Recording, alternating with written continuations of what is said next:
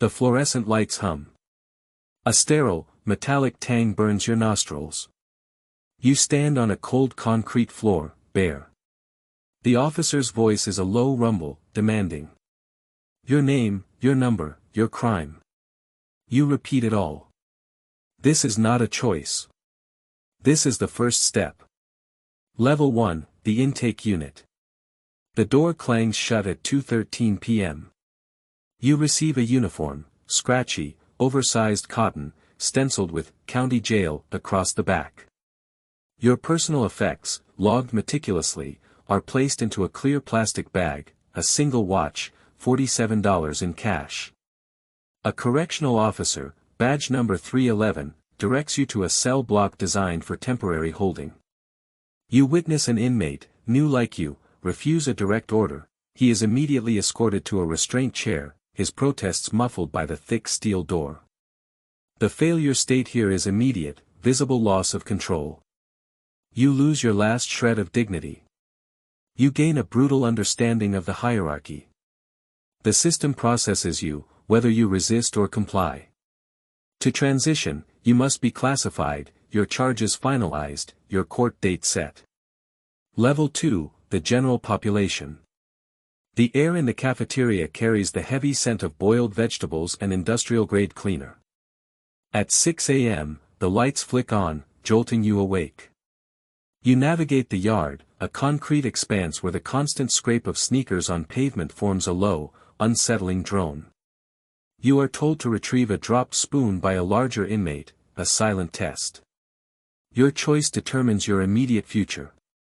If you refuse, a physical confrontation is inevitable, resulting in placement in protective custody or, worse, a disciplinary report. You lose your personal space, your ability to move without calculation. You gain an acute awareness of unspoken rules, the subtle language of dominance and submission. Your transition depends on your behavior record and the severity of your sentence, moving you towards a long-term facility. Level 3, the segregated housing unit. The only sound is the persistent, low hiss of the ventilation system. You are in a cell 6 feet by 9 feet, the walls painted a dull, institutional gray. Meals arrive through a slot at 11:30 a.m., cold and tasteless. A guard slides a disciplinary notice under your door, citing an incident during recreation, a minor infraction you barely recall. Your failure state is indefinite isolation, the mental toll of constant solitude. You lose the sight of others, the sound of human conversation, even hostile ones. You gain an intense, suffocating introspection, a deep understanding of your own resilience or fragility. Your only transition is through good behavior, proving you no longer pose a threat to the general population, or the expiration of your SHU sentence. Level 4, the maximum security. The heavy thud of multiple steel doors locking in succession reverberates through the cell block. You are in a facility like USP Florence ADX, where cameras watch your every move, 24 hours a day. Your cell is concrete, with a single, slit window allowing a sliver of sky. Your only human contact comes from the guards during the 4 a.m. count. A memo is slipped under your door regarding a transfer request, denied without explanation. The failure state is permanent residence here, an existence of autonomy. You lose the ability to impact anything beyond your immediate, confined space. You gain a profound appreciation for minute freedoms, for a single ray of sunlight. Your transition upward is impossible, your only path out is through the justice system's eventual release or death. Level 5, the administrative maximum. The air is perpetually still, thin, recycled. Every sound is amplified, the distant clang of a tray, the soft shuffle of a guard's boots. You are encased in steel and concrete, a life without direct human contact. Your recreation is a solitary cage for 90 minutes. You learn of an inmate in the next block, a federal informant, who was somehow attacked despite the extreme security.